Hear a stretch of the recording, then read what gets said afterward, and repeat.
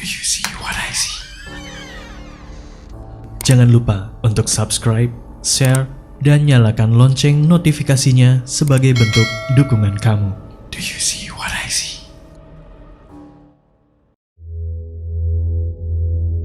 Oke, assalamualaikum warahmatullahi wabarakatuh. Warga Desa Sukawedi, ketemu lagi bareng saya Raden Ruli di konten yang baru di Do You See What I See, dimana konten ini nantinya akan menjadi wadah buat teman-teman pendengar ya yang punya cerita horor, yang mau ikut bercerita tapi punya keterbatasan untuk mengirimkannya via media audio.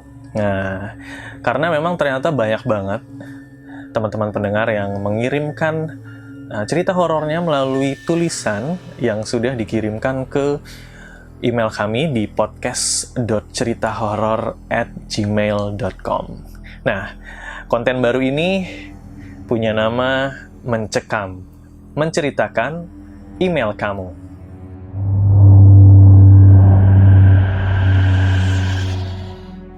Ya, jadi di konten Mencekam ini nantinya akan dibawakan oleh saya, Raden Ruli, atau bisa jadi Mr. Popo, bisa jadi juga Mbak Devi Hanfiana, atau mungkin kita bertiga langsung gitu ya yang bawain konten ini.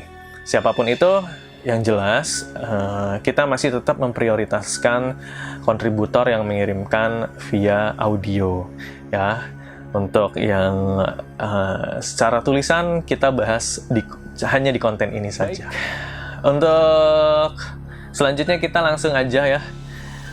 Kita lihat siapa saja yang sudah mengirimkan email. Banyak banget ya, karena saya lihat dari tahun-tahun kemarin juga sudah ada yang mengirimkan tulisan-tulisan cerita horor. Tapi di konten ini kita hanya akan menceritakan 3 saja ya. Langsung kita yang pertama ini ada dari Norita Wisma ya. Norita Wisma ini mengirimkan email cerita horor yang berjudul Lembur Ditemani Mereka Yang Tak Kasat Mata. Seperti apa ceritanya? Yuk, langsung aja.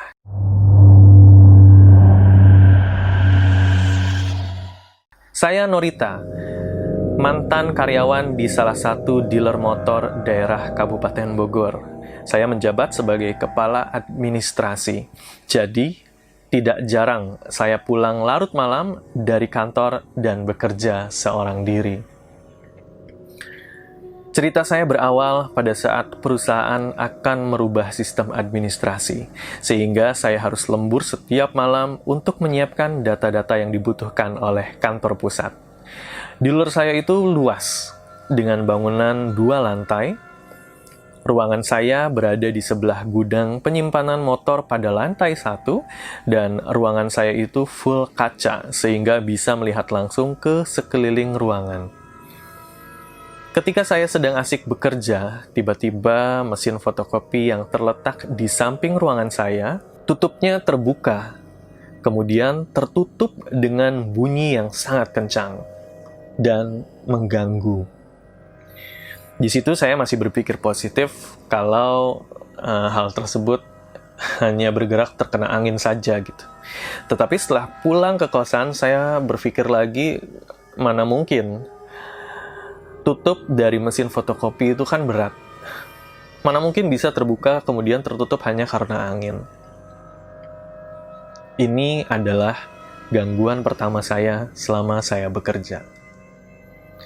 Hampir setiap hari saya lembur, bahkan bisa pulang sampai jam 11 malam. Kadang ada beberapa teman kantor yang menemani. Itu pun kalau tidak pulang terlalu larut. Tapi terkadang saya suka menyuruh rekan kerja saya untuk langsung pulang karena rata-rata sudah berkeluarga dan memiliki anak.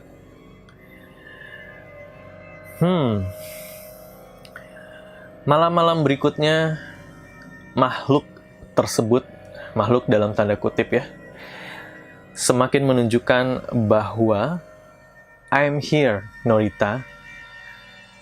Pakai bahasa Inggris ya, makhluknya. Jadi makhluk ini menunjukkan eksistensinya. dengan cara yang menyeramkan. Pernah suatu malam saya melihat anak kecil dari lantai 2 sedang jongkok di pembatas kaca, melihat ke arah saya dan dia senyum-senyum seakan meledek ke arah saya. Oh, serem ya. Awal melihat, saya sangat takut, tapi makin lama makin terbiasa. Dan gangguan pun semakin parah. Hampir setiap lembur saya melihat anak kecil itu di lantai 2. Kadang dia turun ke lantai 1 dan lewat depan ruangan saya sambil berlari-lari. Saya juga pernah melihat sosok perempuan berambut panjang yang panjangnya sampai ke lantai.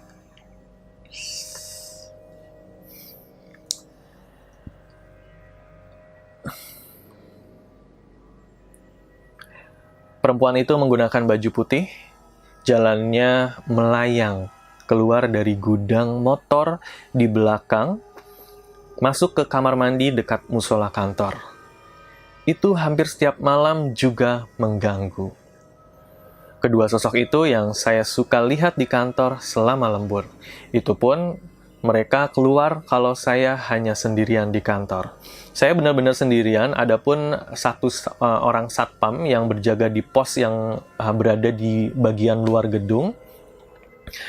Selama ini saya memendam beberapa kejadian yang saya alami. Hanya beberapa teman kantor saja yang saya ceritakan. Sampai suatu malam saya mau pulang kerja, masih ada OB dan satpam yang sedang mengobrol di dekat musola.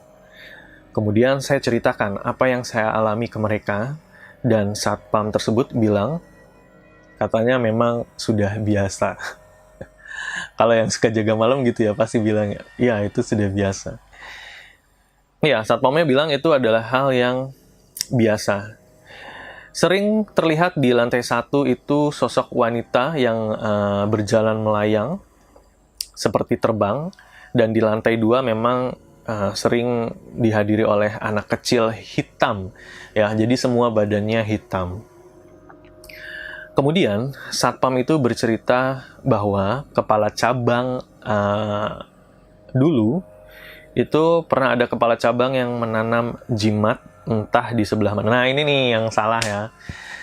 Jadi ada beberapa orang yang ya mungkin tidak mengerti gitu ya. Kemudian bersekutu dengan jin, menggunakan jimat agar usahanya laku ya. Mungkin ini supaya dealernya laku, atau mungkin juga jimat ini untuk mengusir makhluk-makhluk tadi gitu ya. Entahlah, nggak tahu. Tapi yang jelas kalau minta rezeki ya kenapa nggak langsung aja minta sama Gusti Allah yang udah jelas punya rezeki gitu ya. Terus kalau buat ngusir-ngusir yang goib ya kenapa nggak langsung aja minta ke yang maha goib gitu ya. Pokoknya ini jangan ditiru ya. Terus saya juga tidak tahu pasti apakah keberadaan makhluk tersebut ada kaitannya dengan jimat yang ditanam oleh mantan kepala cabang di dealer tersebut. Saya juga tidak tahu ada kaitannya atau tidak ya. Yang jelas itu hal yang salah dan jangan sampai ditiru ya. Itu dia cerita pertama, lumayan serem ya. Serem sih, bukan lumayan lagi. Tapi buat Mbak Norita Wisma, salut. Semoga diberikan berkah dan rezeki yang lebih ya.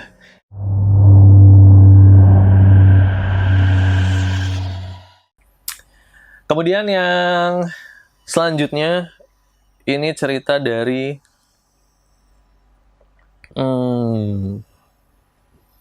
Yayan Salit. Oke, langsung aja. Perkenalkan, nama saya Yayan.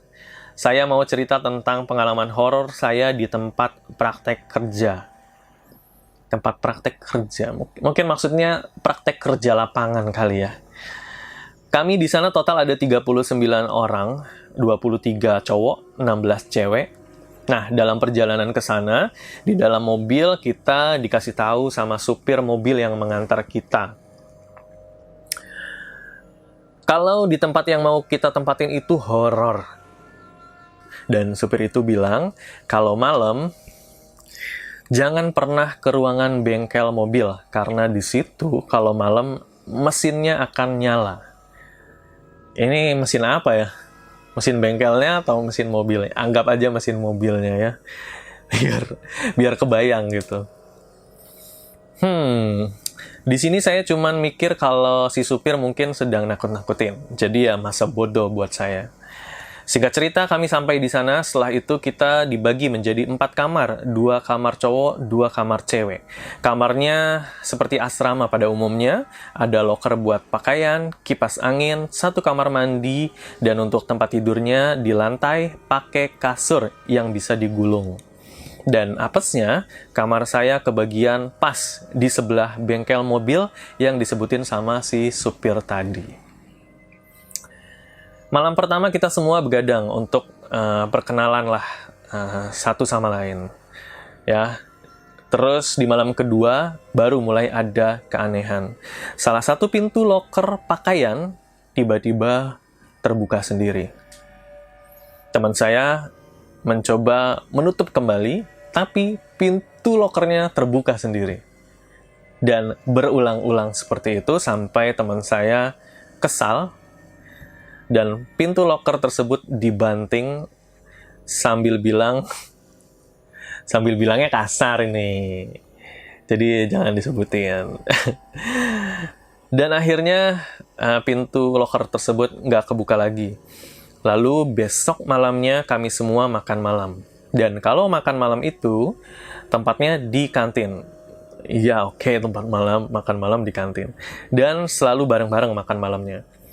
Di situ, posisi kunci saya ditinggal tetap di pintu, cuma posisinya di dalam. Gimana nih maksudnya? Oh, dia pergi makan malam, pintunya nggak dikunci, kuncinya ditinggal di pintu bagian dalam. Gitu maksudnya ya. Ya gitulah. Terus pintu saya tutup dan pergi makan bareng-bareng. Oke. Habis makan, ternyata rokok saya ketinggalan di loker. Maklum lah, anak SMK zaman dulu sudah pada ngerokok. Tidak bisa dimaklumi ya. Jangan ditiru. Saya balik sendiri ke kamar. Begitu sampai di kamar,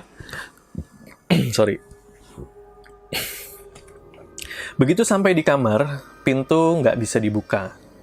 Otomatis, saya balik ke teman-teman saya di kantin dan bertanya, ada yang nyimpan kunci saya, ada yang ngunci pintunya, gitu kan. Tapi ternyata teman-teman ini nggak ada yang tahu. Dan akhirnya saya mengajak teman-teman untuk memeriksa. Karena pintunya tuh terkunci gitu. Dan setelah dicek, ternyata terkunci dari dalam. Aneh emang ya. Kenapa bisa dikunci dari dalam gitu. Sedangkan nggak ada orang satupun yang ada di dalam kamar. Semua pada bingung dan mulai dari situ kalau kamar saya tinggal, kunci nggak pernah saya tinggalin di pintunya. Dari situ beberapa waktu sudah tidak ada kejadian aneh lagi sampai akhirnya ke minggu terakhir sebelum kita pulang. Teman-teman saya merayakan hari terakhirnya. Saya tidak ikut merayakannya, tapi mereka jam 11 pun sudah pada tidur. Dan yang masih sadar hanya saya dan 2 orang teman saya. Jadi ada bertiga. Dalam masa bergadang itu, 3 orang dari kami itu mendengar suara cewek tertawa. Bukan teman-teman cewek ya, ini suaranya berbeda. Dan suara yang misterius itu membuat kita otomatis saling lihat-lihatan. Dan ya berusaha untuk cuek. Sampai pas jam 12, hal aneh kembali terjadi. dan terbukti apa yang sudah dikatakan oleh si supir yang mengantarkan kita di awal. Terdengar suara mesin mobil menyala sendiri. Dan di situ langsung bulu kuduk kami berdiri merinding dan kita bertiga memutuskan untuk tidur. Keesokan harinya kita pulang dan saya sangat senang bisa keluar dari tempat itu. Di jalan kita saling bercerita dan ternyata teman saya pas waktu acara bakar-bakaran makanan di luar itu, dia ngelihat sosok mbak-mbak kuntilanak nongkrong di atas pohon sambil memperhatikan kita. Di situ saya semakin bersyukur bisa selesai dari PKL di tempat itu. Dan sekian cerita saya sampai di sini. Terima kasih atas waktunya. Maaf, saya hanya bisa lewat tulisan karena saya kurang pede kalau harus merekam suara saya. Terima kasih sudah mau dibacakan.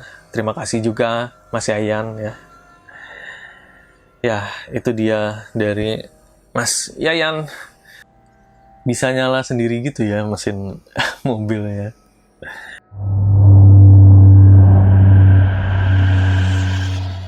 Ya, itu cerita kedua. Dan ini cerita terakhir, langsung aja ya. Cerita dari Mas Farhan. Tidak dicantumkan IG-nya. Mas Farhan ini mengirimkan cerita yang berjudul Pengalaman Tinggal di Banyuwangi. Halo semuanya, saya Farhan dari Surabaya. Di sini saya mau menceritakan pengalaman mistis waktu tinggal di Banyuwangi. Sebelumnya, saya ceritakan dulu awal pindah ke Banyuwangi. Saya lahir di Surabaya, kami sekeluarga ada adik, ibu, dan ayah. Tinggal di Surabaya, tepatnya di daerah Kupang Panjaan. Bener nggak ya? Dibacanya Kupang Panjaan ya? Atau Kupang Panjan gitu, 2 harokat gitu. Ya, mudah-mudahan bener ya. Kalau salah dikoreksi aja di komentar. Kami sekeluarga di situ mengontrak rumah. Kemudian tahun 2005, saya duduk di kelas 5 SD kalau nggak salah. Kami kehilangan salah satu keluarga kami, yaitu ayah.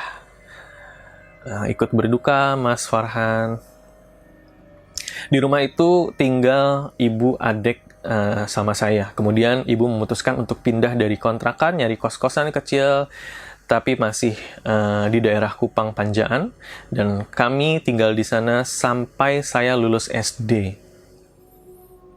Jadi setelah lulus SD, saya pindah ke Banyuwangi bersama nenek. Tapi ibu saya masih di Surabaya demi berjuang mencari nafkah. Karena memang dinasnya, tugasnya, bekerjanya di Surabaya.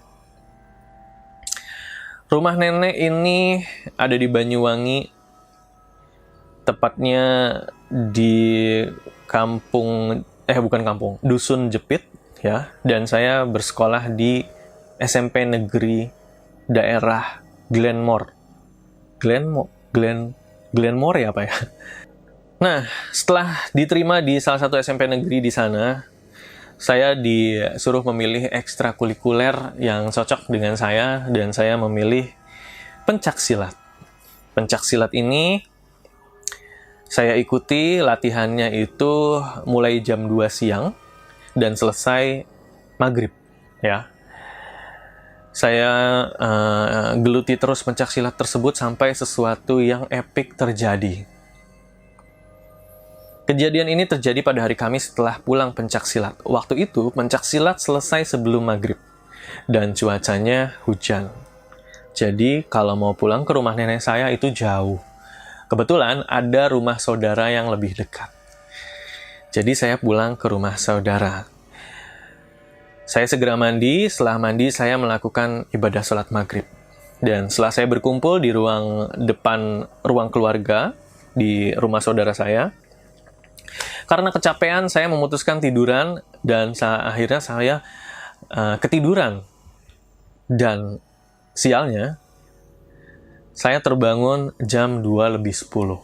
Kayaknya inget banget ya, sampai lebihan menitnya inget 2:10. Nah, dari sini kejadiannya mulai terjadi. Jam 2:10 saya terbangun, dibangunkan oleh suara seperti kain digebrak-gebrak. Kain digebrak-gebrak. Mungkin kain dikelebat-kelebatin gitu ya suaranya. Mungkin maksudnya gitu kali ya. Kain dikelebat-kelebatin. Jadi posisi tidur saya menghadap ke arah TV atau arah selatan. Suara kain ini dari arah utara. Kemudian saya menghadap ke utara dan ternyata sumpah demi Allah, posisi itu ada di samping saya, berdiri, kain berlumur tanah seperti tanah kuburan yang dalam.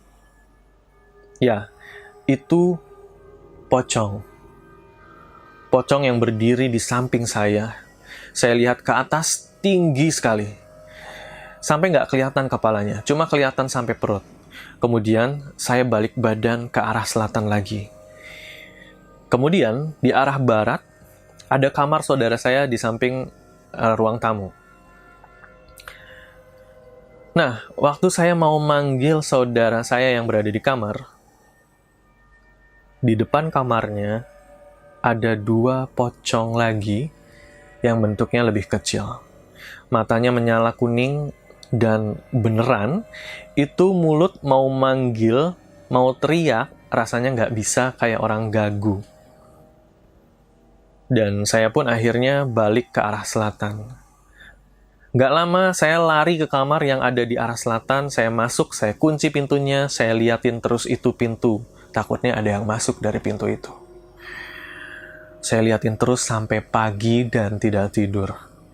Sampai akhirnya saudara saya ketok-ketok pintu memanggil saya. Dan akhirnya saya keluar dari kamar dan kembali menjalani aktivitas untuk sekolah lagi. Ya, itu pengalaman yang saya alami pertama kali di Banyuwangi. Sebenarnya juga masih banyak pengalaman mistis di rumah nenek. Tapi nggak sengaja Tapi nggak sengaja kelihatan, nggak sengaja dengar suara-suara, dan itu terjadi setiap jam 2 dini hari. Dan teman-teman yang pernah mampir juga, yang teman-teman indigo ya, yang bisa merasakan makhluk-makhluk tersebut juga bilang katanya banyak macam-macamnya, tapi ya nggak tahu ya. Hehehehe, di situ tulisnya hehehe. Sekian cerita dari saya, terima kasih, sukses terus di Syuaraisi. Sukses juga buat Mas Farhan, terima kasih kiriman ceritanya. Jadi itu dia warga Sukawati. Gimana? Serem-serem kan? Buat teman-teman juga yang mau mengirimkan ceritanya, silahkan dikirim aja ke email podcast.ceritahoror@gmail.com atau bisa lihat di deskripsi ya. Tapi sekali lagi kalau bisa ya direkam via audio ya, biar kita lebih dapat feel-nya. Karena biasanya yang menceritakan langsung itu feel-nya lebih dapat, feel horornya ya. Terima kasih banyak. Boleh buat teman-teman semua yang mau ngasih kritik dan saran, bisa langsung aja di kolom komentar. Tapi yang sopan-sopan ya kritiknya. Terus jangan lupa untuk subscribe, share, dan nyalakan lonceng notifikasinya. Saya Raden Ruli pamit, ketemu lagi di konten-konten berikutnya. Wassalamualaikum warahmatullahi wabarakatuh. Bye-bye.